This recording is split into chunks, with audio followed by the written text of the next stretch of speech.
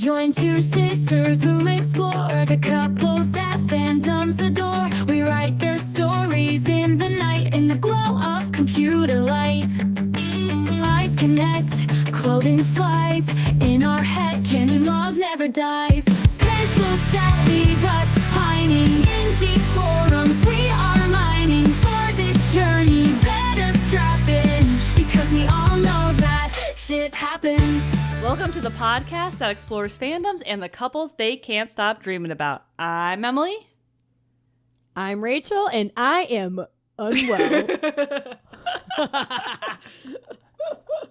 Why am I unwell? Tell me. We are unwell because it's our summer Fan Fic Book Club. And this summer, we are setting aside our quick visits into fandoms from across the internet to get hot and heavy with the world-famous fanfic All the Young Dudes by Miss King Bean 89. So over the course of a whole summer, folks, we have read every single word of the 500,000 words of this like super long fic, and we have broken it into 6 parts. And today is our last of the exploring like a prequel to Harry Potter of the Marauder era, and of course its central ship Wolfstar, aka Remus Lupin and Sirius Black. And in this section, as we said, we finished it. We read chapters 155 through 187. Yep, it was the end. Okay, and before we get in, I do want to have one correction corner here, because a couple episodes ago, I very confidently said All the Young Dudes, the song, is by David Bowie, which is factually true. He does cover it, but it was originally done by the Hopple, which was pointed out to me by my father-in-law on a recent family vacation. When I played the Bowie version, he's like, yeah, this is a cover. And I was like, no, it's not. I was very confident in the fact that it was not a cover. Nothing, yeah. Knowing nothing other than the fact that when I tried to find a podfic of All the Young Dudes, this Bowie song came up. So which one's more famous? Bowie. It's Bowie. Yeah, it has to be. So, okay, correction. So which one are they listening to on the beach? I don't know. I have to go back. She cites it. Oh, shit, because I was listening to the podfic at that time, so it left off all the author's notes. Yeah, so she puts the songs in the author's notes, so we could look it up. I'll have to go back and check, because that's really embarrassing. I feel like thematically, Bowie was like a big part of the earlier part of this work, so. Yeah. Well, we'll go check that in. We'll stick it at the end somewhere. But that's right. We read all the way to the very bitter. But not the end we thought. No, not at all. I thought we had a long way to go. I thought we were getting to the end of his life, and we did not. Yeah, Taylor Swift had to wrap it up because she had the Eras tour coming or something. Apparently she had it planned. She's not writing about the events of the Order of the Phoenix. But unbeknownst to us, we didn't know that. The people who were reading it like a decade after it came out. So maybe she had it planned. I was like, maybe she might just be tired of it. She might just want to move on, Fair enough. This poor author has so much expectation, which I guess maybe it wasn't so much when it first came out, because I think it exploded in popularity in the pandemic times after they had finished writing it. But still, it's a huge piece of work, especially if you don't have the massive following that it eventually got.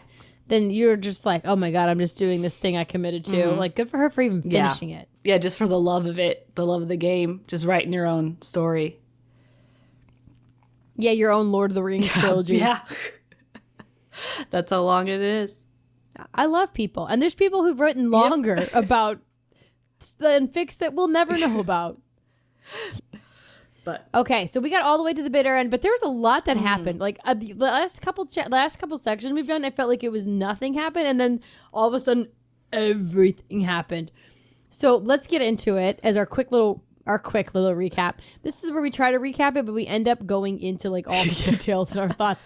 I will say this will probably be a mega episode because, like, come on, how are we going to wrap up our summer in an hour?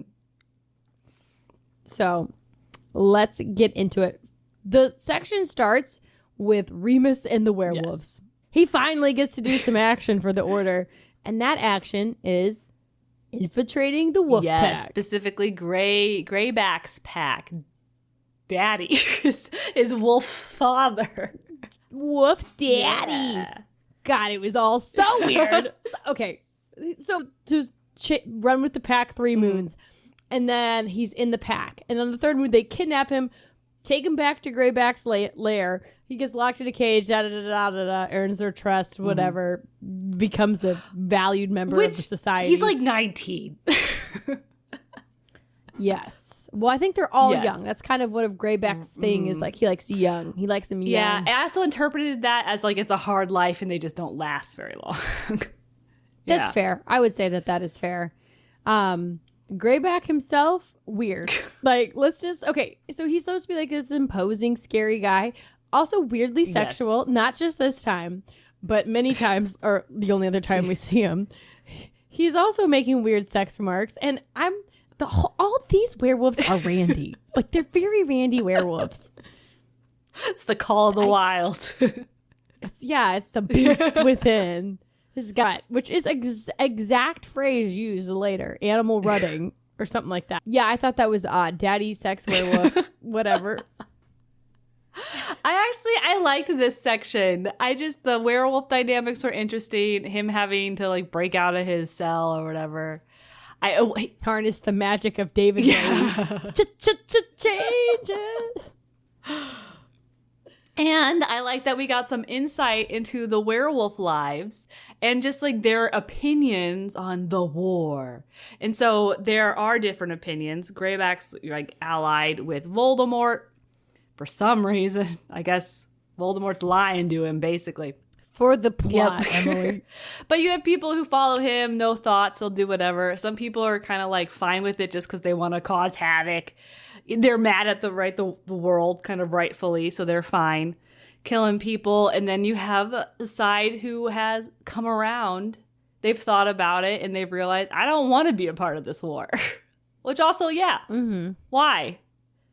Another thing I thought was interesting was how the werewolves were being used by Voldemort. Is like they were his muscle, not just for the opposing side, but he also used them to attack purebloods who he wanted to, his followers, who he wanted to give a little spook to. Yeah, keeping them in line. And I thought that was interesting, learning about the different werewolf characters and the different kind of dynamics there. And Remus does use this dynamic to support a coup. They end up splitting the pack up. Which is like his big contribution. And he does have his first confirmed kill. Yeah. And the only one of this story. I thought, he'd be angsting about that a bit more. He's like, whatever, I killed him, bye. I wasn't even sure why he killed him. I was like, Castor's gone. Why are you fighting him? I guess, but he was going to continue. They were about to attack the Tonks family. His child bride was in danger. Future child bride. And I guess Gaius, who is who he killed, was going to, I guess, continue the attack. So that's why he killed him. Yeah, he had to protect Andromeda and her husband, who I forgot his name. But yeah, so that goes surprisingly well. Everyone's like, good job, Remus. And then life goes on. Yep. Right? Well, I should say before, we did answer our own question because we were like, where the hell is he going for his transformations? Just the woods. Him and Sirius would just go putz off to the woods somewhere and then he'd just turn into a werewolf and they'd just run around uncontained.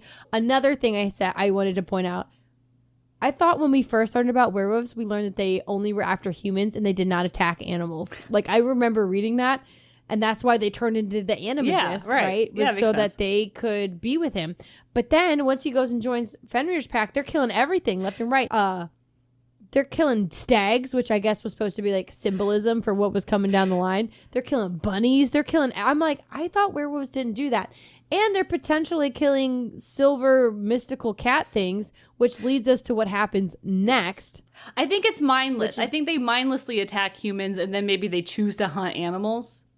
But also, as a pack, Greyback was like, kill these people, don't kill these people. And I was like, I didn't think they had that kind of reasoning. How are they strategizing? Yeah, because Remus was like, I guess because he said that when they're all together, he has more cohesive thoughts. But yeah, I think also central to the werewolf trope in general is that they don't have any control. Right. That's the whole reason they're feared. But I guess it's because they're never around other werewolves. So like wizards don't even know that they could control it. There's a lot of magic that werewolves have that the wizards have no idea. Yeah. Because they don't give them a shot. Yep. But anyway, talking about that silver cat, I chose to believe that stayed with Ferox's parents. Oh yeah, his aunt or whoever he was living with. with for a little while. I feel like he just probably left them there.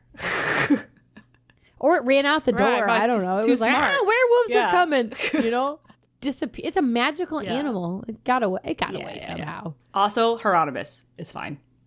Hieronymus the cat. Who's Hieronymus the cat? The kitten that James gave Lily. Oh shit! Yeah, I forgot about that. The 1 week old kitten. What? I guess it went into hiding with them, and maybe I don't know. Maybe they left it at the Potter Mansion, and then that weird elf took care of it. That's canon now. That's my head canon. So much canon is being created.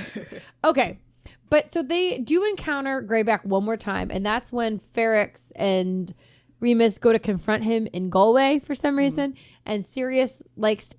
In which case they have an altercation that goes really wrong for Greyback and his compatriot, his last hanger-oner, his daughter. I don't like to say that. Livia. And as far as I understood from reading it, her throat got exploded, dead. Yes. Greyback was not pleased. No, and he swears vengeance on hot Professor Ferox. No, his time has come. Going into this confrontation, it's Ferox, Remus, Sirius, Greyback, and Livia, and it's like 3 of them. I know what happens, so the other 2, I'm not hopeful for. Yeah, I don't have a lot of aspirations, and it was nice for them to Miss King Bean 89 paved the way for us to like not mourn Ferox's death so much, because all of a sudden he was like, yeah, werewolves suck. Like so you could sell their pelts online. You know? It was just like, where is this coming from? That one was especially bad. And just not talking. He's like, I read in a book this stuff about werewolves, and Remus is like, I'm right here. I know. It was just so uncharacteristic, weird. I thought. Yeah. Which is like the first of many character changes, which we will get into. But anyways, because Ferox killed Livia, which is Greyback's daughter / probably lover, vengeance. And then Ferox gets murdered. He gets obliterated. Obliterated, apparently. There was not a wall in the house that didn't have blood on it. I didn't need to know that. But thank you. Oh, what else? Is this when Greyback starts making references that he's going to force himself on Sirius too, and then kill him? I was like, he's a creep. What in the Ganondorf is happening here? It was just odd. It was odd. And Remus just kind of lets that ride, because even though I think the only plan he had into his adulthood was killing Greyback, he does not return. Well, he got more serious things to worry about. Literally, more serious things to worry about. Once you get a boyfriend, your life goals go out the window. Come on, let's be real. He's just a girl.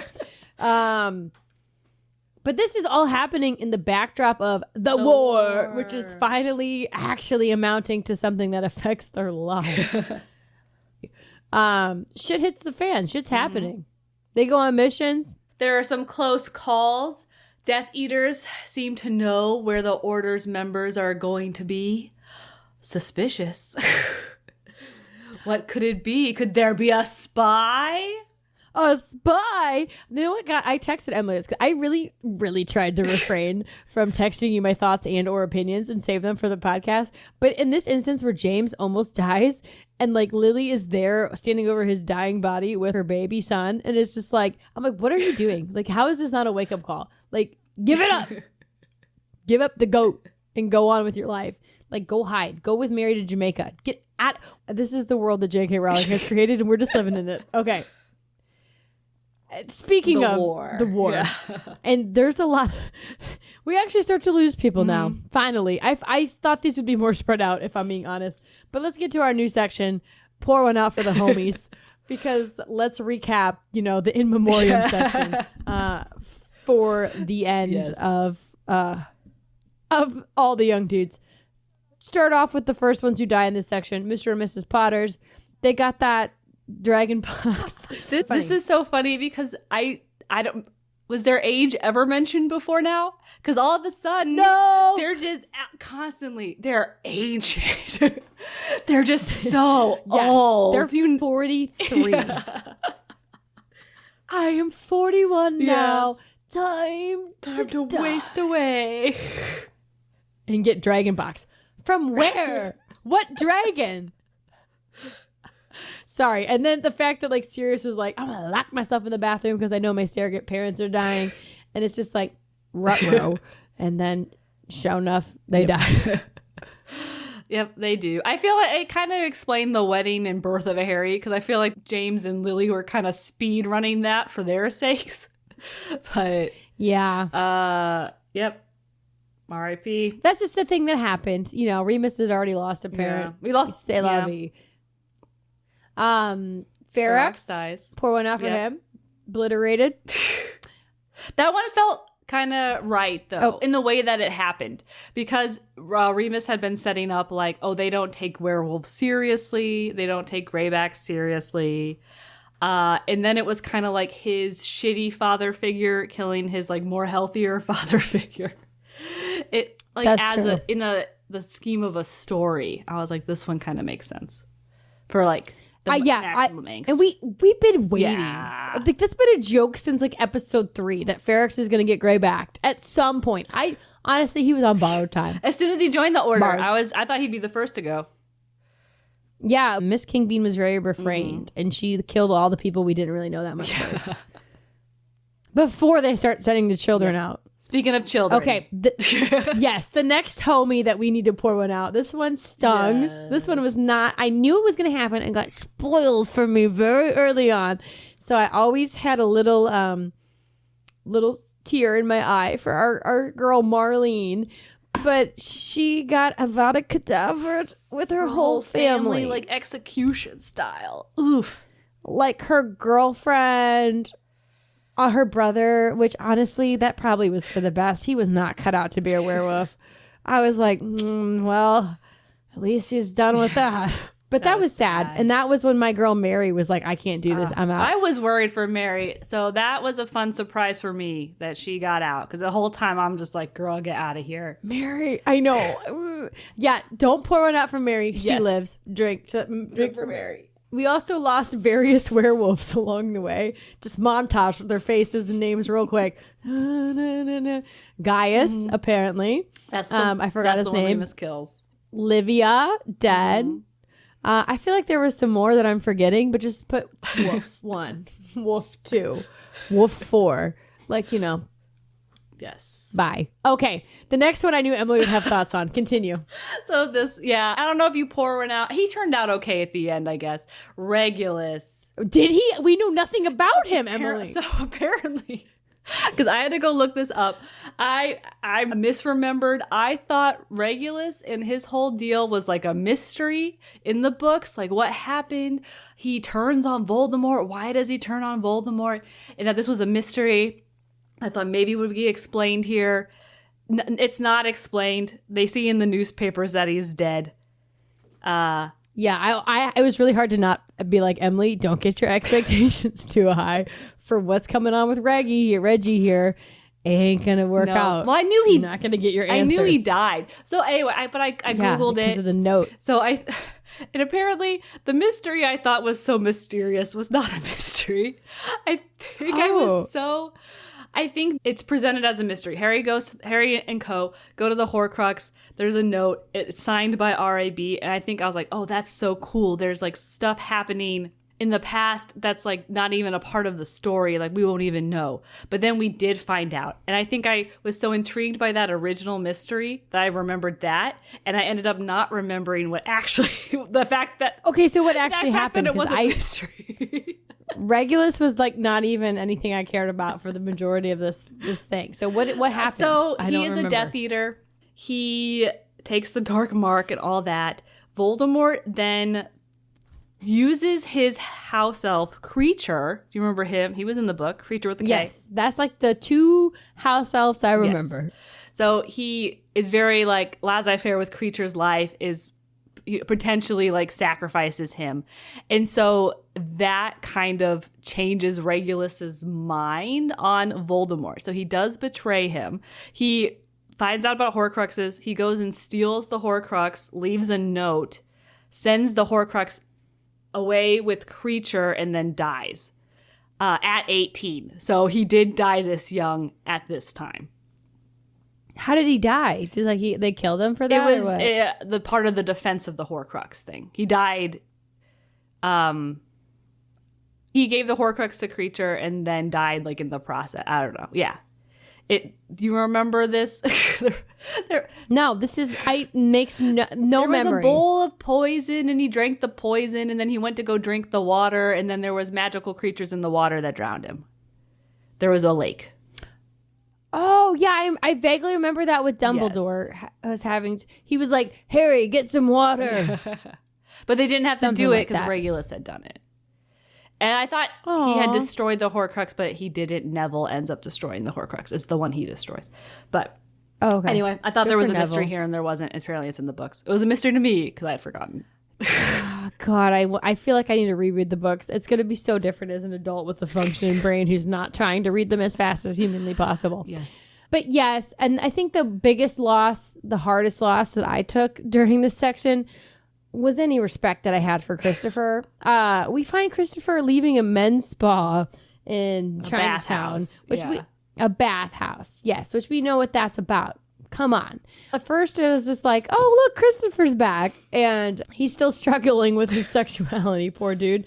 And he gives like a weird invite to Remus to come see his apartment. And Remus is like, no, I have a boyfriend. Not serious at the time, folks. And he gets like mad about it. I'm like, dude, he has a boyfriend. What? Why are you getting like huffy about it? Anyways, then we see him again at Christmas and he has a wife and child. And I'm just like, oh, Christopher.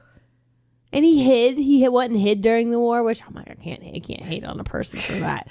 But like the wife and kids, like, come on. Yeah.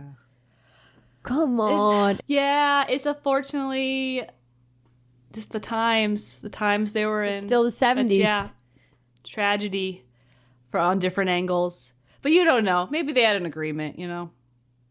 Right. Or maybe he's like a good husband and father. He goes out and gets his treat every once in a while. Maybe she's fine with that. She's like, yeah. She's Eastern European or something. So she's like, you know what? As long as he's got money. Yeah. Maybe she got what she wanted out of it. Or maybe she's got her own thing on the side, you know? But it was also funny that Remus was like a little bit judgy about the situation too, considering that he didn't know it at the time. But we know that he also does get a wife and child. I was like, let the man without a child bride throw the first stone. Well, he's always preaching to Christopher, like, there's someone out there for everyone, with like everyone who's interested in Remus and no one who's interested in Christopher. Literally everyone who's interested in Remus. And I'm just like, okay, like, let's walk it back. And he's like, love just means you'll be hurt. And then he's like, there's someone for everyone, Christopher. It'll happen for you. He's like, how's that worked out for you, my dude? Let me stomp your heart into the dirt a little bit more and then tell you that there's someone for you. And it's a Scandinavian witch. Now let's get to what we've been waiting for. Right. Well, speaking of the next generation dating pool / soldier pool, we have to address the boy who was born. It's Harry Potter. Harry Potter. I am Harry Potter. And now we're aging ourselves because we were at the age where we thought that was hilarious when it first came out. Potter Puppet Pals. No, you know exactly. So Harry is born. Harry's born. Yeah. Sirius loves him. He's such a good godfather. Remus kind of could take it or leave it. Yeah, he's like, I'm not so into babies. Apparently, witches and wizards have home births. They're kind of like the pre-mommy influencers. And they just have babies at their house. With Marlene as the like doula. Midwife. Yeah. If I'm giving birth, I want whoever's helping me to have seen shit. I don't want it to be a girl on her first birth. No thanks. Unsupervised. Yes. Oof. Honestly, I feel like they should have a magic spell for being like, baby Outis. Boom. What is it? Accio? Would you summon them? Accio, baby. Just rip them out. Yeah, because we've seen wizards and witches be back on their feet fighting in a war within weeks. Or witches. So it's just like maybe they do have a weird magic healing stuff. But anyways, despite having a baby, James and Lily continually put themselves in mortal danger. Like immediately. Tough kid. There's a war. There's a war on, don't you know? And yeah, it's like cute, the dynamics, and Peter wants a cuddle. It's just like, it is what it is. It's just also funny that a decade later, I think when they're 30, Mary has her first baby, and she's like, oh my God, wasn't it nuts when Lily and James had a Harry back then, and we were like all playing parent or whatever, playing grown up? And I'm like, yeah, y'all were. You were children. Having children, fighting wars. Yep. So sad. But that leads to the end of the war. Right, because if there's a Harry Potter, there's the fall of the Dark Lord. You gotta live through something. Right. And this is the two biggest, pour one out for the homies that we hadn't talked about yet. It was sad, but not as sad as I thought it was going to be. Honestly, I amped it up in my head because it turns out that the first Wizarding War doesn't go out with a bang. I mean, not for our guy Remus. It goes out with a phone call. He's not even there. He's hanging out with werewolves, trying not to sleep with Castor. Really, really important business.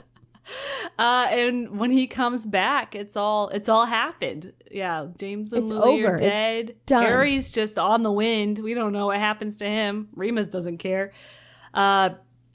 Literally does not care. Peter is, he believes dead, and Sirius is a traitor and in Azkaban. But a lot of this stuff, I feel like you could have sat with it more, with all of the deaths. They just kind of boom. And now Marlene's dead, and then it kind of moves on. And it kind of, this too. I expected Marlene to die way sooner, while they were still in Hogwarts or right after. But she died, and then it was just three big deaths, boom, boom. Yeah, like you said. And I don't really feel like Remus sat with it that much. There was so much happening over this last third of the book, and it was just okay. Well, and there's big time jumps, so it'll be a year and a half later, and so I'm saving that. I'm saving that for my haterade section. Right. I feel like he did not. He grieved. Right. He goes into a very long depression. He becomes dependent on alcohol a bit. He goes into a full bender situation. But you're not really in his head for most of it, because he doesn't think about it. I think that's the point is that he just doesn't think about it, so we don't read about it. That's one way to interpret it. What she really needed was 4 chapters that were just the names of years. It hits. Love or hater, Stephanie Meyer. That was fucking effective. But why was Remus in such dire straits? Why was he out there even entertaining another werewolf lover? Well, it all comes down to the Wolfstar of it all. And so let's talk about Wolfstar and the relationship dynamics of this section. This had highs and lows, right? I feel like it was mostly lows. War is hard on a relationship, I guess. Mm-hmm. Apparently they were becoming more distant. They didn't see each other as much. They were coming and going. There were some instances where Remus and Grant connected while Remus was up waiting for Sirius, and Sirius got jealous, which is fine. And then we also learned in his conversation with Mary that they don't talk about, or Marlene, I can't remember who it was with, that they don't talk about the war at all. They just kind of talk about mundane stuff. Which is a precedent set earlier in their relationship where they don't talk about mothers or families. They just don't. They don't get into the heavy stuff. It's they're very much dependent on each other, but they don't actually use the emotional support. Is that in this section? There's one chunk where Sirius on purpose just gets Remus angry and like prods at him so that he explodes and yells at him just to get him to acknowledge that like something is wrong and like what happened, like what he's going through. I think that might be the last section because I feel like that was still at Hogwarts. See, I think it was after the werewolf thing. It was about how he doesn't know who he is because he feels more himself with all the werewolves. This is the only section of a 500,000 words where the word cock came up once. And I was like, write it down. So that was nice. There was some, I can't remember what instigated it, but there was like some intense magic thing and that made Remus like really randy. So okay, you're talking about just like the rating of the story. Where are we talking about cock right now? Okay, you're talking about the like okay. I'm talking about Wolfstar. Okay. I just the like explicitness of what they got going on. Yes, that went up a little bit in this section. I wasn't expecting it. I was surprised to see it. Did I hate it? No. Could I have used more of it? Yes. Just I need guidance, Emily. I need to know. You need guidance for your own writings on how to write sex scenes. Drake. You're just like, I need guidance on it. Yes, for cocks. Sex scenes. Okay. Anyway. Yes. So apparently, we're harping on all the bad, but they did have very passionate sex together at some point. Yes. And there was good stuff. They don't talk about feelings, but they're more upfront with like love though. Like they love each other. They say, I love you. And when they come back from peril, they're more willing to like show that, I guess. And they do strongly care about each other. Yeah. I think there's like lots of hurt and confusion, especially where like Remus is gone for a month with Wolf Daddy, and Sirius is like, well, why would you leave me for a month? And he was like, homie, I was locked in a cage in the basement, but then he stayed after that, and so there's just like lots of confusion. Like maybe that's where the breach in trust comes from, because as the section goes on, Sirius gets more distant, and Remus thinks he wants to break up. Like that's his gut thing, is like, oh, he doesn't love me anymore, and that's why he's kind of tempted by the fruit of another werewolf. But we, as the reader, we kind of understand what's happening and what it's ramping up, like what's being set up. And that is that Sirius thinks that Remus is the spy. Yes. Which to me, was another sending Snape to get eaten by Remus as a werewolf level out of characterization. Because these two trust each other with fucking everything. Yeah, and they don't ever talk about this. Like he's just like, yeah, the war had me messed up, but it's not like these are your actions, this is why I think you were the spy. It's just because I guess he was close to the werewolves. Maybe he thinks he told the werewolves. That's the only thing I could think of was that he had that. Remus would side with Voldemort. He doesn't leave the house. Like how is he doing it? Right. Well, I guess maybe he thinks like, oh, he has all this free time, he's like feeling cut off from the order, like he's not getting respect here, so maybe he's looking for respect. But I can think that as like an outsider, but like that's the way that their relationship was. They always had each other's back, so it's just like, why would he think also you're his only family? Like, do you think he's really going to put anybody in jeopardy over that? Anyways, I thought that was out of character.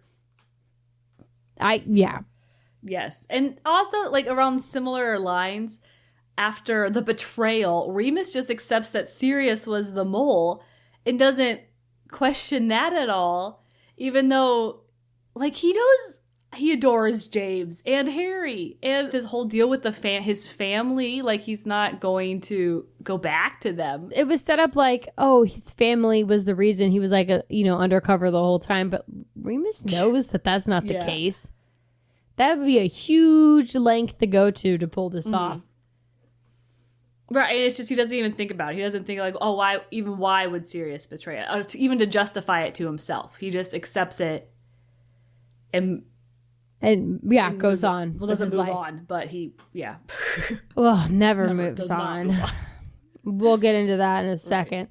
But okay, and so then Sirius is back, and I feel like this was a total underwhelming portion of the story where all of a sudden we have Sirius freed from Azkaban, all this trauma, and it's just like, okay, he's here in my flat again. Yeah. You know, I was, what's happening? It just felt so quick, so rushed. Their relationship rekindles pretty fast. I needed them to hash some more stuff out. I wanted a big like catharsis moment, and I wasn't in there. No, it wasn't. It was so bizarro, and I feel like the vibes it was going for was Peeta and Katniss after like Snow has captured and tortured him. I literally thought the ending sentences were gonna be like real, not real. Like that's kind of the vibe it gave, right? Like love, not love, or whatever. And so it's like it's supposed to be like the care that Remus is helping him get back to the real world, get back to himself, brushing his hair, like those kind of things. But it didn't quite land for me. I was just like, okay, I'm accepting that they're finding their way back to each other because it's a Wolfstar ship. Right. They're just... It's what it has to. So that's kind of like the big hits with Wolfstar. And then there's also the rest, as you put it. Yes. So after, right, everyone's dead. Sirius is in jail. Remus is last one standing. He cuts himself off from the wizarding world, only talking to Mary and not really talking to anyone about anything. But we do have the return of Angel on Earth. Literally. Grant. So Grant returns, helps Remus, because Remus isn't answering his phone, so he bangs down the door. And it's very cute because it's like a mirror of when Remus helped Grant through his rock bottom. Right. So to support Remus, Grant moves in, and then he just doesn't move out. And I did kind of like this, like, through these time jumps, things just like get better. Like even if you're not addressing your issues, you just kind of life continues. So Remus eventually gives up drinking. He gives up smoking. He gets huge. A semi-regular job. He gets work. And then him and Grant kind of slowly come together, eventually being like an actual monogamous couple. Yeah. They never quite like use the words, but they go Christmas shopping together. I feel like that's important. Oh, Grant.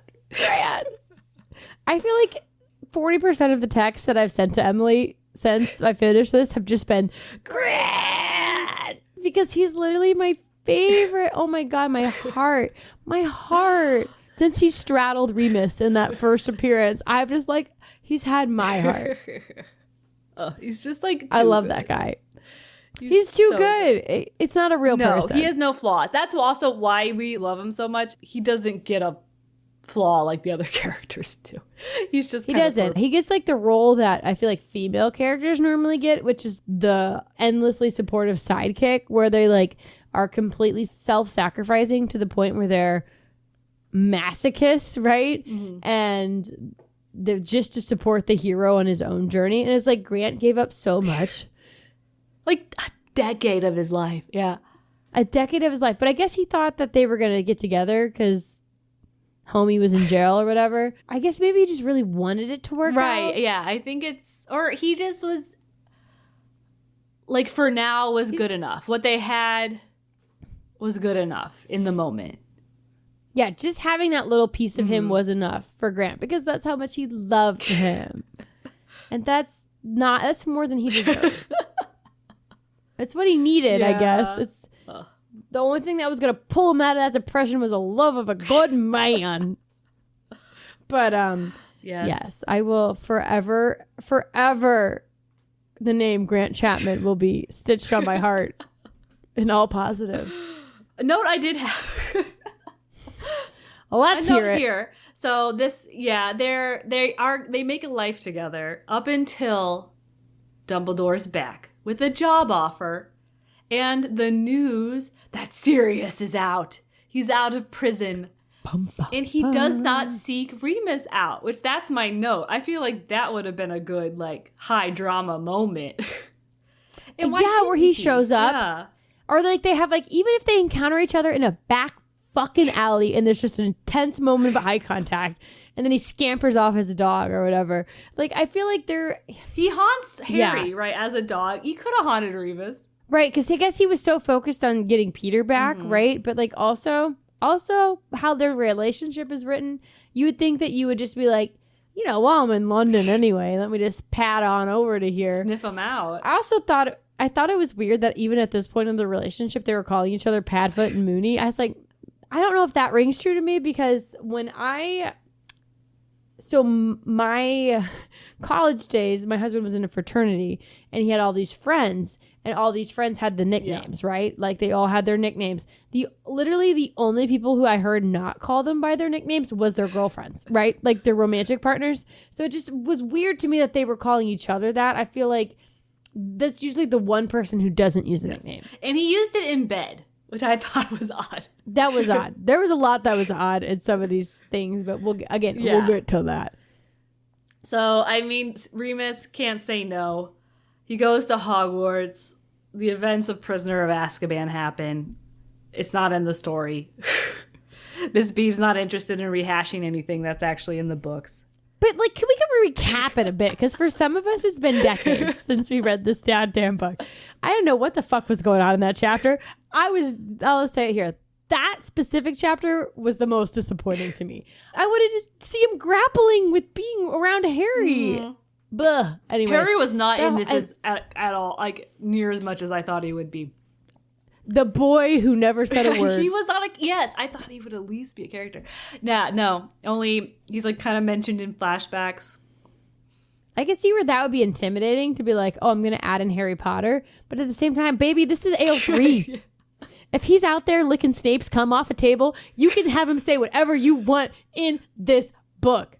Okay, so back in the day, true story. I was like, fan fiction. Let me see what it's about. I was a child. And I was like, fan fiction, Harry Potter. First one I clicked on was a graphic depiction of Harry and Snape. And I was like, okay, I'm out. And then I did not ever read a fan fiction until the year 2026. Oh, no. That was a true story. Those were specific details that I remember from my one Harry Snape fanfic that I read. The revelations that we confess. Yes, we're correcting that now. About the things that I read on the family computer. Okay, sorry. That was an aside. So basically, you don't be so precious about him. Yeah. He can do. So yeah, Prisoner of Azkaban events happen.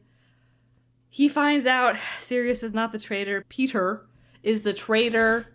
And then Sirius comes to his flat to like kind of hide out, safe house. And, yeah, that was weird as well. Yeah. Dumbledore's just like, he lives with you again. Never mind your live-in boyfriend, who's not your fucking brother, as he put it. I was just like, do you know Dumbledore's just a psycho? He's just like, I know these two were romantic together. I know he's got a new live-in boyfriend. Let me just put them all in the pressure cooker and see what happens. This is after he's fired Remus. He's just like, this is how I get Remus back on my side. He's had nothing to do with the wizarding world since. Like, which, to be fair, he freaking gave Filch a job, a squib. Hagrid, outcast. Nobody else liked him. Oh, I'll give him a job. Remus, fuck you. Like, you actually did stuff in the war and you like sacrificed stuff. But I'm like, I'm not going to check on you. I'm not even going to look in on you and see if you're okay. I'm not going to send. I mean, Dumbledore's like the most powerful wizard ever. You could have found him. You could have tracked him down. And he was just like, nah. I went to all this trouble to recruit him to our side, get him to do our werewolf espionage, and now just bye. I'll wait till it's convenient for me and I have an opening. And I have Harry dangle his hot little hold over his head. Right. Which I forgot that he was fired. Why was he fired? For being a werewolf? I guess, yeah. Maybe it comes out he's a werewolf. I don't remember. But they all knew he was a werewolf. Snape was making the potion. But, like, faculty did. I think it became public to society.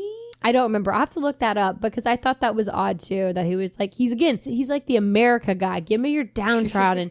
Give me your stepped upon. And then he's like, but not specifically you. You're on your own. Yeah. I'll bring back your boyfriend and lure you back into my web. Yeah, because literally he was like, Sirius comes back and he's like, let's join the order. And Remus is like, No.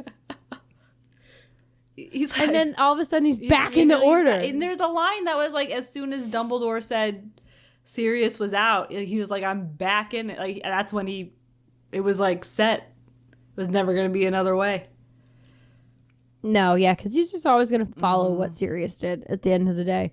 Well, the war, never ended for Sirius, and I don't think it never really ended for Remus either. Like, he was never fully out. So, yep, they go back to war, and Grant bows out. Honestly, like, it was as bad as Lily and James dying was Grant leaving. Yeah, Grant's chapter. So you get a POV chapter from Grant and a POV chapter from Sirius. Normally I'm opposed to this because it's like, why are you... At the final hour. Including different POVs. But the Grant one was good. The Sirius one, give or take. Yeah. Yeah. It didn't feel any different, really. But Grant was just like, we could have gotten the Sirius... I think they wanted to show the Sirius conversation that he, like, talked to Sirius about it. Yeah. But we could have gotten that from Grant's POV, but... It was, oh God, it was awful. The fact that he made 2 cups, he literally on his way out made 2 cups of tea, one for Remus, one for Sirius, and then he left. Grant, what? Oh my God. That's what I mean. It's like almost to the point where it's just like he enjoys the pain.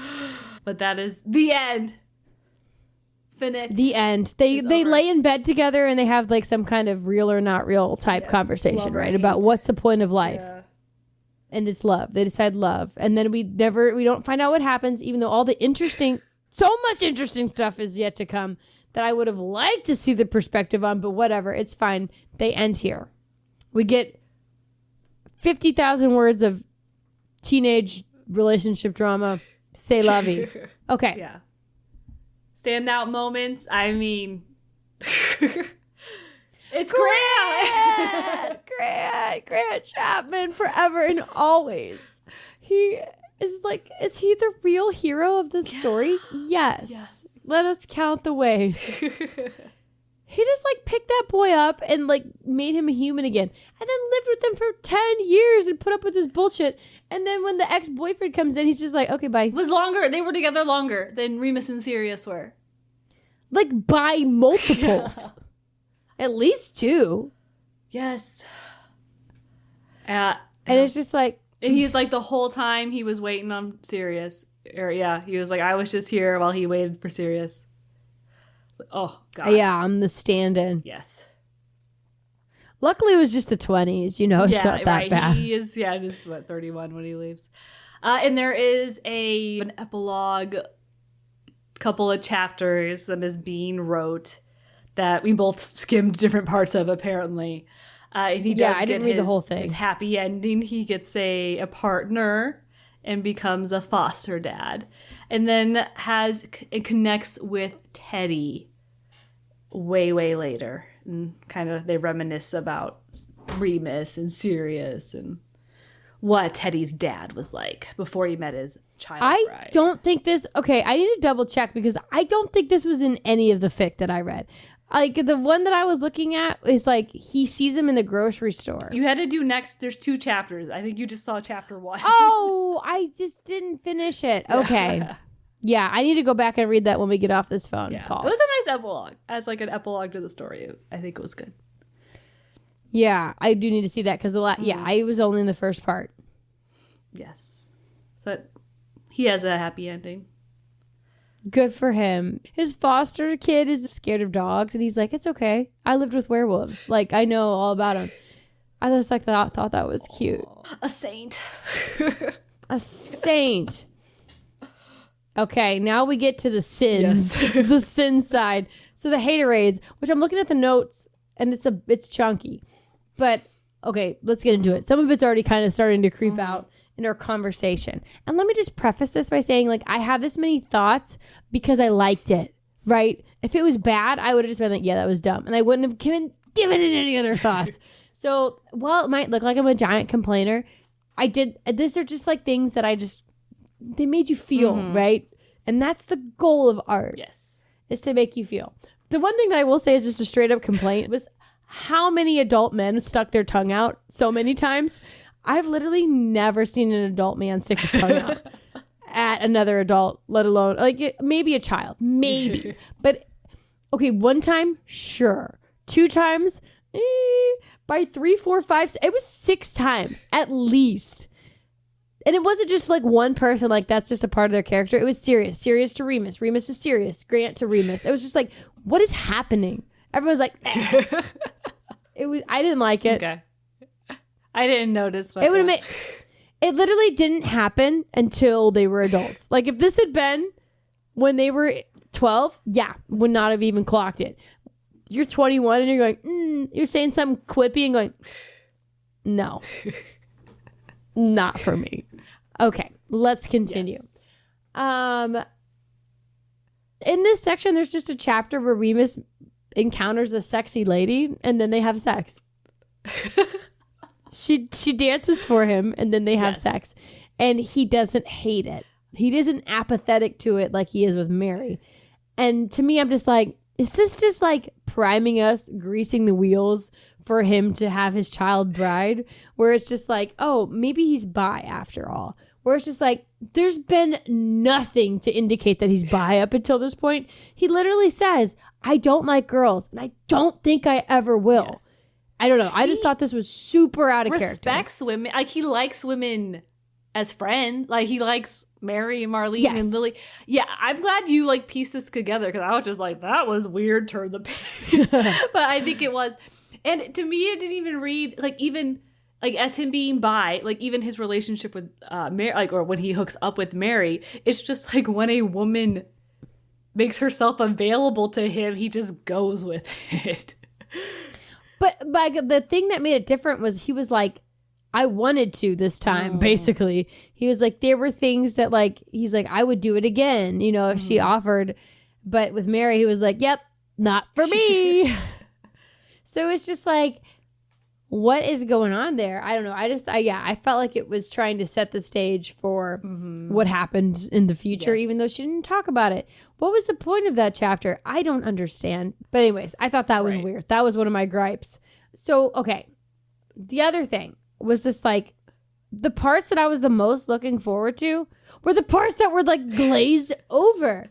I feel like all the emphasis on the back half, like literally from like year 5 on, was in all the wrong spots. Like we do not need chapter on chapter, like the whole second half of 7 year was like as long as years in the past. And they were like digging into all of their little petty teenage squabbles. I don't need that. Give me the torture, the torture of being ripped apart and being reunited. What is Remus feeling when he sees his love of his life in front of him, who he thought was a murderer, and the other friend that he thought was dead? Like, why was there no what? Sorry, I'm getting frustrated because I was so looking forward to that. The whole year he worked at Hogwarts, bing, bing, bing, bing, snippets. Nothing. You get a little bit like of a Harry. You get a little run-in with Snape. Of course. Yeah, but like nothing. And then just like a summary of what happened in the Shrieking Shack. Which, because it's, she does not want to touch on what's written in the books. But it's, like, I mean, you could not rehash it or repeat it word for word or like, you know, rewrite the chapter from another perspective without like not giving some recap or like expanding upon it. Because also, I haven't read these books in a long time. I don't remember all the details of what happened in The Prisoner of Azkaban. So like maybe give us a refresher, please. Because like, read the chapter Snape's worst memory. Sure, can do. Read the entire Prisoner of Azkaban just to understand one chapter of a fanfic? No. Not happening. He thought he had betrayed his friends. It has been in jail for 12 years. And you find out he was innocent the whole time. That would just be shattering. Your other best friend, who was dead, is not dead, is the traitor. Like, that would be, shattering. That would... Earth-shattering. Yeah. That, and I mean, all their deaths wrecked him. I feel like this would be equally wrecking. That you just lived life and he was in jail the whole time. Oh, Jesus. Yeah, and again, it felt like so glossed over. He was just like, well, that happened. And he like went back and told Grant about it. And that was all we got. And I was like, there had to have been so much. Like, what did he think the second? Granted, we don't know what happened after that. What did he think the second he stepped out of that room? Or would it transform back to a human? Like, give us that. That's what we wanted. Oh my God. And also, it stopped at the Order of the Phoenix. We would speculated on where it would stop. That's not where I would have stopped it, I would say, because that's where like all the interesting stuff happens. Like, I also wanted to like not only dive into the like emotional revelation of seeing your love of your life is actually innocent, been in jail. Meanwhile, you're canoodling with Grant Chapman. Grant! But also, like, what's the push and pull? What was the dynamic? How the fuck did he end up with Tom? Like, how did we go from him being so seriously in love with Sirius, like that he threw away a 10+ year relationship, to all of a sudden he's marrying a 19-year-old? What? What? I did not understand that at all. Like, I wanted to, like, explore that dynamic, too, of, like, maybe Sirius was, like, getting way too into the Order and, like, but then, like, Tonks was, and like the push and pull of him like having maybe a new connection, but then also like this huge piece of his life. Like, maybe explore that. And then also like Sirius dies before Remus. We just are like, not even gonna touch that. No. It's a line in the epilogue. Sirius is gone. You know, Sirius isn't with us anymore. He's gone. Also, if I was Grant, I'd be like, cool. Bye. Like, why'd you tell me? Like, I don't care. Like, why do you think I'd want to know that?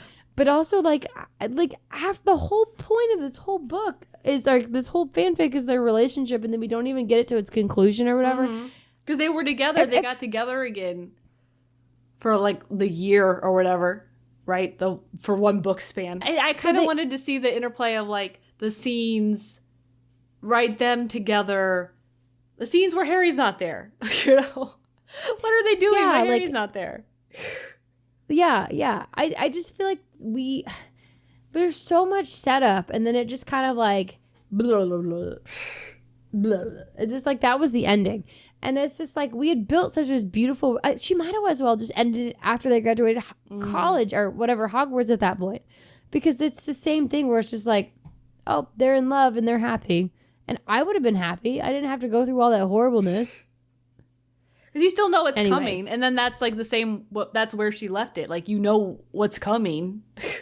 Right. Like, you know that it's ill-fated. If she had left it off at the line where it was like, if we had known after all the funerals, after all the war, you know, all these things, like, we would have felt silly how happy we were. Ending, last line, boom. That would have been like, pow, knocked it out of the park. And then when you get to this, and we're just kind of like stumbling along, doing X, Y, and Z. Maybe take some of the werewolf stuff, throw it to when he was in school, you know? Make Greyback even creepier. It's just like, I feel like this is the difference between fan fiction and like actual like books, is that, you know, you're just kind of, they're serialized. So you're just kind of making it up. Even if you have a direction, you're just kind of doing a little bit of making up as you go. And there's like no editing process. So like what you write, if you haven't written it all out and like edited it before, what you write and put out there is what is out there, right? I think that having somebody look at this and helping organize it and like pace it a little better will only serve the story. Yep. And I mean, that's just, it's the medium. It's fanfic. Right. It's fanfic. And I probably had too high of expectations because this has been so hyped is like the all like pinnacle of fanfics. Yep. Yeah. And that's where my criticism comes. It's not even criticism. I'm not criticizing. Like, who am I to say anything about this? You know, it's right. I know she did this for free as a labor of love. And she didn't ask any of us to read it. And it's just, there was a dissonance to what I thought it would be versus what it was. And that's on me. Right. I expected more interaction with the books. But and I wanted it, because I feel like there would be good, big emotional beats in that. And there just wasn't. But that was me hurting my own feelings. Yeah, truly. We were writing our own fan fiction of what this would basically be. And then when it wasn't our canon, our head canon, didn't turn out, you know. That's the way it is. Okay, and there's one more like nit that I will pick with this section, because I am a pedantic asshole. And I did not think her allusion to Grant being Calypso was fair at all. Because doesn't Calypso like basically try to kidnap Odysseus? Where she's like, come to my island, you can't leave now, you know? I don't think he was ever like romantically with her, right? Oh, romantically, I mean, yes. I think Odysseus banged like all the ladies he found on his journey. Like he went, but God forbid Penelope take a suitor. I tried, but I know, I do think Calypso only lets him go because the gods make her. I'm trying to remember. Yeah. I did read Dr. Emily Wilson's translation many years ago. Oh, good for you. I did read the epic musical translation. It was just like a kind of a rad scene because I think it's Calypso. I don't think it's like Medea. Where it's like Apollo or Hermes shows up. And they're like, you gotta let him go. And she's like, if I was a man, you man gods, you do this type of shit all the time. Right. She's like, and you don't get any shit. And now you're here telling me I gotta let this like hot human I got go. I was like, hell yeah. It's a double standard. Don't quote me. I think Calypso or Circe. Those are the two. Yes, Circe. Because I read Circe, so I have like a vague understanding of what she did. She was the pigs though. So I feel like that's not necessarily romantic. That was just she tried to eat all of his men. So I was just like, I don't think that's the same vibe. And basically, it didn't ring true to me. You know what I thought would be a better analogy, a better literary analogy here that also has a song that was from the era? And that would be Wuthering Heights. Way better analogy of people who are just fucking up their own lives because they can't get over their exes. And let's add in the fact that Kate Bush had a song called Wuthering Heights that was released in, let me check my notes, 1978, which would make it totally possible to be a record that these kids had. And at the end of the day, I originally was like, Remus is definitely a Heathcliff. Like, Sirius is his Kathy.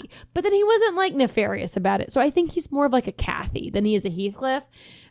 He's just like, I would love this nice guy that I got married to if it wasn't for this other person who our souls are made of the same thing. You know, that's Remus is Kathy, or maybe like a Bella Swan, right? Like, and that's her Jacob. Like, they would have been soulmates if there wasn't for this other supernatural element at work. Super soulmate. Anyways, yes, if only she could have referenced Twilight. But no, Wuthering Heights was right there. Come on. That's what I thought. That was a much better, and it would have been a Muggle book that he could have read. Anyways, he was in Miss school. King Bean, yeah, call me up for my one music reference because I know nothing about music. Okay, let us get into our final canon or fanon for all the young dudes, and this left me with questions more so than any of the other sections thus far. I was like, what? And here are the things that I was like, what about? One, was Greyback in Harry Potter? I had no fucking memory I of knew him. this. Yeah. He's in the final battle. Like, I figured he died. Yeah, but in what capacity? Yeah, he's just there hot in the narrative. Truly. And I was just he like, gets a Weasley. Okay. I remember he doesn't bite one. I think he scratches one. He maims one. But let me tell you who does kill him because I looked it up. And it is canon that he is at the Battle of Hogwarts. And I'm like, okay, you know, whatever, that's fine. But it turns out that he was killed by, drumroll, Lavender Brown. Okay. Ron Weasley's other girlfriend, right? Like, that's her claim to fame. And she's got 2 color names. Maybe she's Covey. But I was just like, are you kidding? Like, just like randomly, they're like, yeah, Lavender Brown's going to kill him, give him his fatal wound. I'm like, can our boy Remus not get anything? In the books, right? Because Greyback turned him in the books as what? Like that. In the books. Yeah, like, yeah. Interesting. I was like, you could have had some kind of, thing there. Or like, maybe in the fanfic, he could have killed him and then like one of his little prodigies would take up the mantle or something, you know, like a Dread Pirate Roberts situation. Just like, can we have please some resolution in that storyline? So yes, but that was canon. Another piece that stuck out to me when Grayback of the previous canon or fanon question was like, I knew you liked pretty things, so I sent you my best looking kids.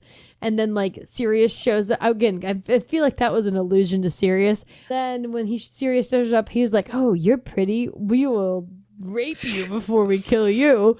I was like, wait a minute, is Sirius really that hot? So I had to look that up.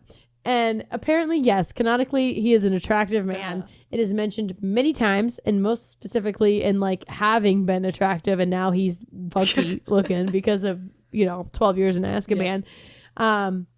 But he is described as handsome and tall, which is a very, I think, opposite depiction of the more feminine, ethereal version of Sirius that I've seen in fan art, whom I often think is a girl at first glance. It's those damn tiny wrists that Remus is on and on about.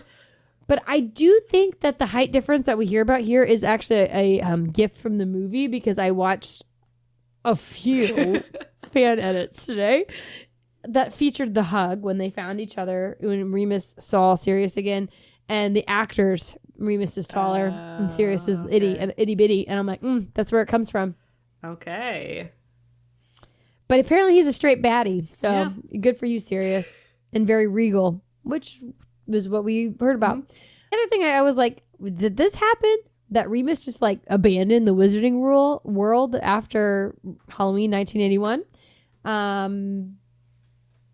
Canon. He did just vominos. He like checked out.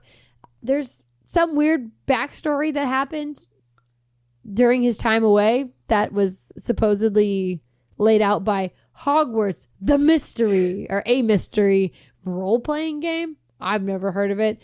But it's considered second tier canon, so I don't buy it. More stuff from this fanfic has become canon in my mind than from that game that I just read about. Well, this is last week when I was citing the new Hogwarts game about ancient magic or something. It's like, I don't think this is, does it count? If it's not in the books, it gets fuzzy because there's been so much other Harry Potter stuff, and then so much other Harry Potter stuff like published on Pottermore or in tweets that. Well, we have a book at our parents' house, because I was looking through the bookshelf that was like the guide to the wizarding world, and it was like unlicensed. It said it on the cover. This has nothing to do with J.K. Rowling, Harry Potter, or anything related to that. It was just somebody who it said on the cover the world of Harry Potter, but it was not affiliated. So people have been out here just spinning up shit forever. But was said in the book that is like 100% canon is that Remus was living in poverty when Dumbledore swooped him up to give him his job working at Hogwarts. To which I say, why did he wait so long? I don't understand that. He just literally left that poor kid to dangle. And he was like, okay, bye, good luck. Yeah. Have fun mopping floors. Well, that was the whole tragedy of his childhood, was that they're putting all this effort to get him through school where there's no future. Even if he gets through school, there's nothing for him. And now he's riddled with survivor's guilt and grief. So he's got nothing. What's he going to do? Right. Okay, the other question I had was about the Remus and Tonks situation. Was Sirius alive when they linked up? And canonically, yes. Their relationship begins to bud over the events of the Order of the Phoenix, which I wasn't the best at reading the books back then, but I will say I did know that Sirius died at the end of the Order of the Phoenix. So, what happened there? There was overlap. Remus, you messy. But when did they get married? Was that in the next book? At the beginning of the Deathly Hallows, which we only find out they get married because Voldy, old Voldy, is taunting Bellatrix, being like, yeah, your little dumb niece married Remus Lupin, which was like, wow, Voldemort knows his name? That's cute. He's like, your niece is married to a werewolf. And we're always like, wait a minute. What? Your niece is married to a guy who's twice her age? That's what we should be worrying about. And I'm not trying to be all prude about whatever age gaps, but Come the problem is that she's so young. That is the problem. Yeah. There's a scene in this section when Ferox was alive where he like kisses Mary's hand, and I was just like, get out of here. Stay away from her. I know where this goes in this story. Yeah. What is J.K. Rowling's deal? I don't understand it. She doesn't even have the Mormon defense. It's just like, what are you doing? So that was our last canon or fanon. I think we should use that when we go forward with our kind of like newer format. Let's get to our last other segments. Our watches. Peter watch. What? I was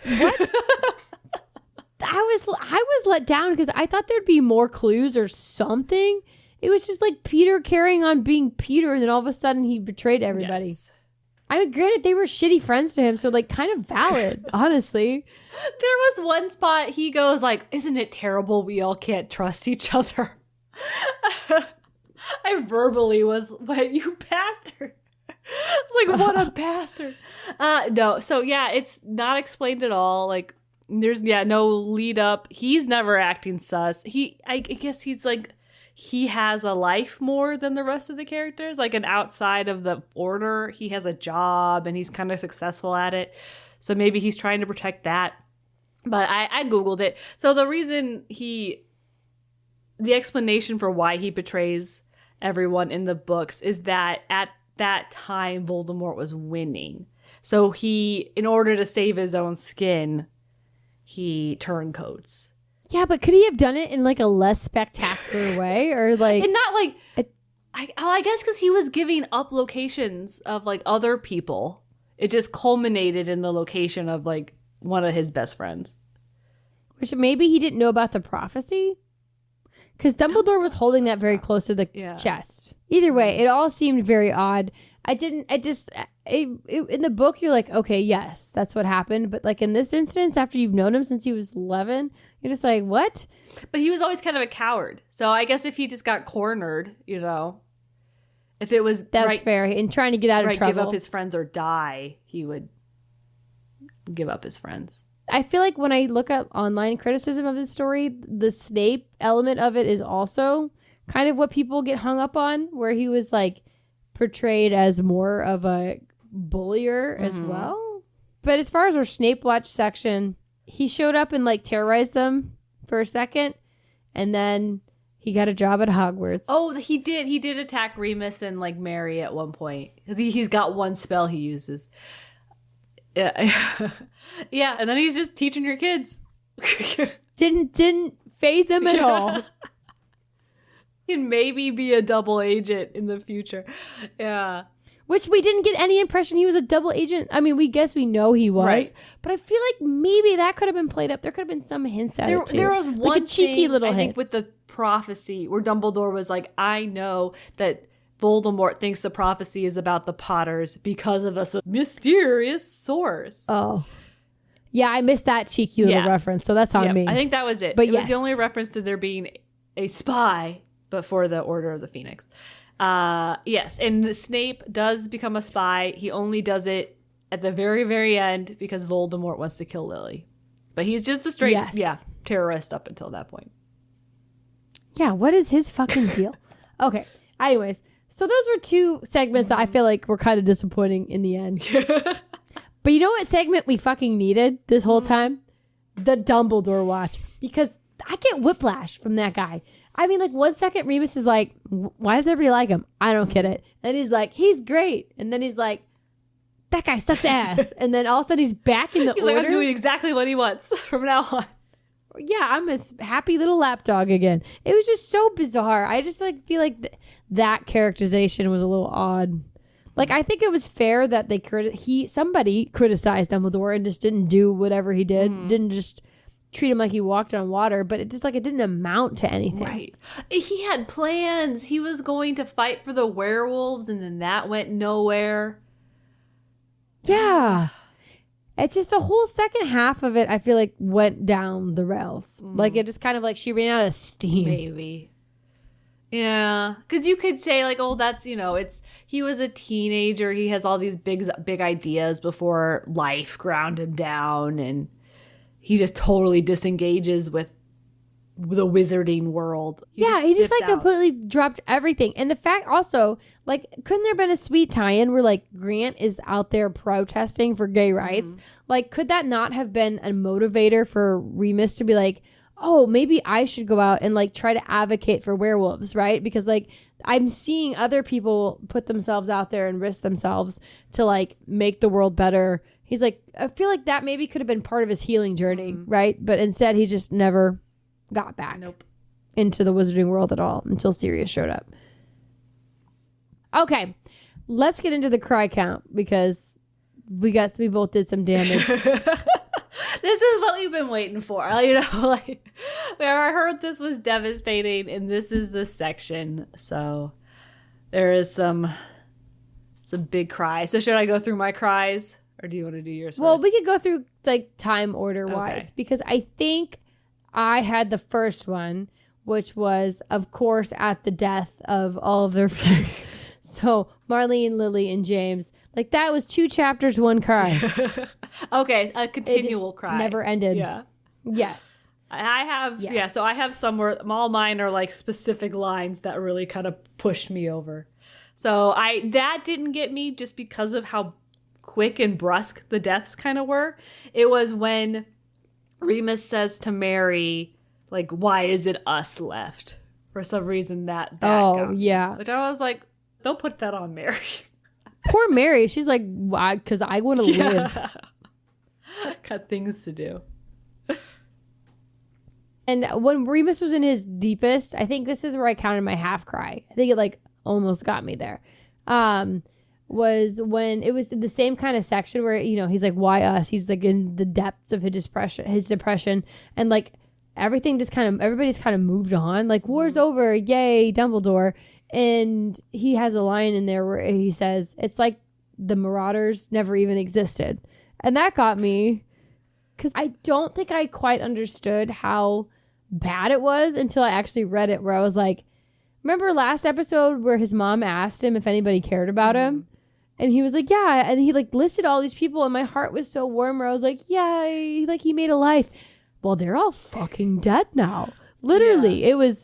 It was all of his friends, Sirius, Ferox, and all these people, and they're all just gone now. And he's literally on his own. Again, yeah. He's exactly where Grant was when he was 15. Mm-hmm. Yep. And around that time when he's in his mourning, when Grant shows up, and I was like, oh, Grant's here. Things are going to get better. Grant's here to pull him out of his rock bottom like he did his when Grant was at rock bottom. So that, yeah. Grant! When there was someone banging on the door, and I was like, well, who else could it be? You know? Who else would it be? Yeah. And then next for me, because these next couple ones were all kind of back to back, I think also in that chapter, he says the war is won, the order is disbanded, nobody checks up on him. And he's just alone. And that pissed me off. Because I was like, you just left this 21-year-old, like he's like 21. All his friends are dead. No one checked in. So I do think... Yeah, like what are you, the American government? Like leaving your veterans. Is that how you treat your veterans? For himself. So I do think this was some like unreliable narrator where he cut himself off. So even if people tried, he notes that Dumbledore tried a few times. Eventually, Madame Pomfrey says, I tried at one point. She like couldn't find him. Because I was like, Madame Pomfrey wouldn't have tried? Like she just like dusted her hands off. You know, he's gone forever. So apparently she did try. When he just steps back from the wizarding world. So he kind of, did it to himself, maybe. Yeah, a little bit. But when he was like, nobody reached out, I was like, terrible, so sad. Then we have, again, a lot of these are Grant focused. When Grant says when I read that Grant became a social worker. That made me cry. It was too perfect. Yeah. And then Mary has a baby. She names the baby after Marlene. Marlene is the baby's middle name. That made me cry. Yeah. And setting the precedent for naming your babies after your dead friends. True. And then my final cry was just like the majority of Grant's whole chapter. But specifically when as he's leaving, he hopes to find someone to keep him safe for a change, as he's kept Remus safe. And then he hopes that he is leaving Remus in safe hands, which he's not. Because he ends up dead within years. Yes, within a few years. Grant leaving like broke me in a way that I did not expect it to, because it's not even the central ship. But it was just like, oh my God, when he said, I'm bad at goodbyes.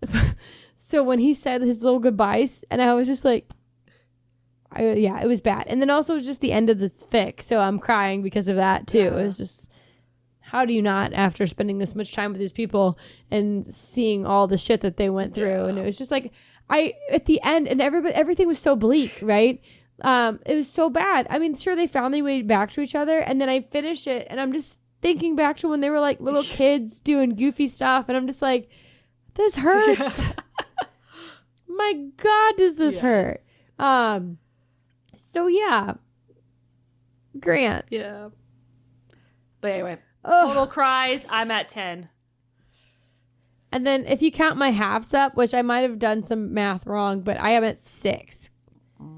I'm not so moved, I guess. You're at 7. I'm at 7. I had 7 cries. 7 total. No, that's why I put this on here, because I know I cry easily. So, which I do usually do too. I've cried. I literally pulled up edits today to get me in like the angsty Wolfstar mood, and I just like bawled. What these people put together is incredible. They like find clips of other movies, and then they just like stitch them together, and you're like, when did they make a Marauders movie? So okay, we wrap it up. After reading 500,000 words, what is our Wolfstar OTP rating? Mine was like, I don't know, probably soulmates at this point. I run through all this, the highs and the lows. They were only together a short time romantically, but like you can't discount all the time that they had as kids. Like they grew up together, and they can't replace that. It's like they imprinted, right? It's just like they were just together through the right place at the right time, where they're just like are indispensable to one another. And like, especially when you factor in those times that they did have were like the happiest points of their lives. There's just like, you can't move on from that. They're linked together for that reason. Mm-hmm. I have them at soulmates too. Because like, I don't know necessarily they were good for each other. I don't know if they made each other better, but they didn't make each other worse. And I don't think there was anyone who could make them better. Like, I don't know if they're a great couple, but I don't think they can be with anybody else. So, yeah. Like there's like messy soulmates. I wouldn't even say toxic. I don't think they're toxic. Like I said, they're not making each other worse. They're not ruining their own lot, like each other's lives, but yeah, they do add to each other's lives positively, and they run into the same shit that any couple runs into. Yeah, they just have like communication problems, which is very normal. Relationships, especially in a time where like therapy wasn't a thing. Which it was funny how much therapy was brought up. It was like, yes, you needed therapy. Modern era. But yeah, I feel like they, in this telling of it, they couldn't have been with anybody else. Yep. Oh, my heart. Which leads us into my discussion questions. Like, this story haunted me. Like, I've not been right since I finished it, and I was not expecting to be affected that much. Like, the first night, okay, so I finished it at night, which I shouldn't have done. Like, I didn't sleep well after that. I was, like, tossing and turning, like, having weird dreams. It was bizarro. But, it's also just kind of the melancholy that comes with finishing a long work, right? Like, I spent so much time with Remus this summer. I'm, like, thinking about... And this has been a weird summer for us in our personal lives. So it's just like, I first met them. We were staying at a completely different house. And then moving back into our real house. And I'm listening to it while I'm cleaning and unpacking. It's just like all these, I can think about these beats of the story, and I can like envision where I was when I was listening to them. And it's just like, time passes. And that's kind of like the thing that gets me the most is just like, you at the end of the book and you go so far back to the beginning when they were just little kids and like figuring all this stuff out, and Sirius helping Remus read, and it's just like it's life, man. It's life. It's lots of ups and downs, and I don't know. It's like it's the melancholy feeling of just time passing, nostalgia. Right, things happen. There's not a rising action, climax, falling action. It's just days of our lives. Right. And it's sweet. I like that. As I said in the very first episode, I like these kind of stories. Like I really like Demon Copperhead. Like that was one of the best books I've read in my adult life. So it's just like I like those kind of things. Mm-hmm. Did you enjoy it? Did you enjoy the book or this fanfic? I keep calling it a book. I mean, I did. For all the complaints, I cried a lot. It got me emotionally. I feel like I thought it'd be more romantic because we are like a shipping podcast and we talk about ships. Right. And I don't really think it was like, it's not a romance, really. Like there's a romance aspect to it, but really it is the story of like Remus and his life. So right. Yeah. So I think a tragedy. Mm-hmm. So I think there's some expectation there where, again, I'm expecting something that it just isn't. But I did like it. I like the earlier parts. I'm kind of nostalgic for the little kid and the kids in Hogwarts parts. Right. I said that too because like I would have just been happy if Harry Potter was just 7 books of Harry solving a mystery at Hogwarts. Mm-hmm. Like I did not need the bigger through plot. I just liked Hogwarts. But yeah, that's how I feel too. Mm-hmm. Yeah, I did enjoy it. I will say I'm not going to sit here and act like I didn't, even if I can like say all these, all these complaints or nitpicks I have, because this is honestly probably a first draft, right? So you could fix it in so many ways. Mm-hmm. And I do think that maybe it has skewed my perception of what fanfic should be or like can be. So I'm interested to see in our new kind of format what other kind of fanfics we read. Mm-hmm. I think it'll be good. There's a lot of very talented people out there and a lot of good fanfic. So, okay, do we think the book, we know it's being published, can it stand on its own legs? I'm a little skeptical. I mean, there was like interesting parts like the werewolf stuff when he was out with it, but I feel like a lot of the gut-wrenching, like emotional gut punches were the things that were created by Joanne, right? Like knowing that Lily and James were going to die, knowing that Sirius was going to go to jail, and like the unpacking of all that and the outcome of that was where it really was hard. So my guess is that the book's going to be more the first part of this work where it's not heart-wrenching, but that was fun. It's more hijinks at a magic school. Yeah, I could be down for that for sure. Fun. Yeah. So when Wolfboy comes out, are you going to read it? I will definitely read it. I was thinking, are you going to buy it? Pre-order? No, I don't buy books. So? I believe books are for free. Just from the library? Through the local library. I was thinking I might, just for like sentimental reasons. Yeah, that's fair. I was thinking about buying Wolfstar art. Like I want to have like a little nerd shrine for all my like things that I've gotten into, and some of the Wolfstar art is so good that it's just like I just want to commemorate this part of my life. Yeah, it's just the summer we spent doing this. Yeah, like the summer that we revisited Harry Potter, which for some reason we've turned our back on. Like I feel like you and I are so like it got too cool, and like everybody had the Deathly Hallows tattoos and millennials, and it became cringe. But Harry Potter was still so special, and this is where I'm gonna start crying because I'm nostalgic, and that's like the feeling that I've gotten the whole time, where it's just like this longing, this like melancholy, and I'm like, where is this even coming from, right? Because if you'd asked me last summer, I'd be like, yeah, Harry Potter was fun. Yeah. It is like I'm not particularly attached to it. I have no real feelings. Yeah. But apparently I am, Emily, because like my takeaway from this was like that story, that like concept of the wizarding of world. Let's be real. Like if you set aside all the noise and all the politics, Harry Potter was our little bit of magic, Emily. And it's so nice to have found it again in my adult life. And it's just been such a ride. Are you going to reread the Harry Potter series at some point? Probably not. Oh, really? No. I feel like I'm going to. I feel like Now you want to? Well, from all this lore that I missed. Also, I feel like I barely read it the first time. Yeah, I might have looked at every page, but I don't know if I'm digested it. And you have kids now. You can go through, you can share that with your children. Yeah, they're going to be so confused. Like, Mom, why are you crying at the part where Professor Lupin is hugging the criminal? Yeah.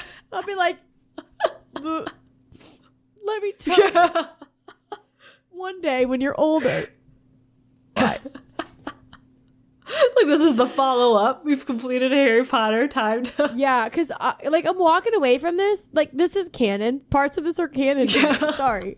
Like, Wolfstar is canon. Yes. And what I will do is, I was telling Rachel, I'm going to have like a ceremonial closing of all the young dudes tab on my tablet. Oh. But instead, I think what I will do is scroll up to the tags, click that Remus/Sirius tag, and maybe explore a bit more into that, this ship. This wasn't maybe,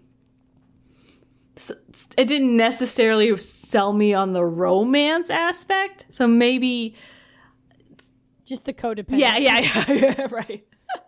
This was more, I feel like more of a like kind of character thing for Remus. So maybe some, get into why do people like it outside of this? Yeah, what else are people thinking for this couple? And also, I would like to read some fics, some happy endings.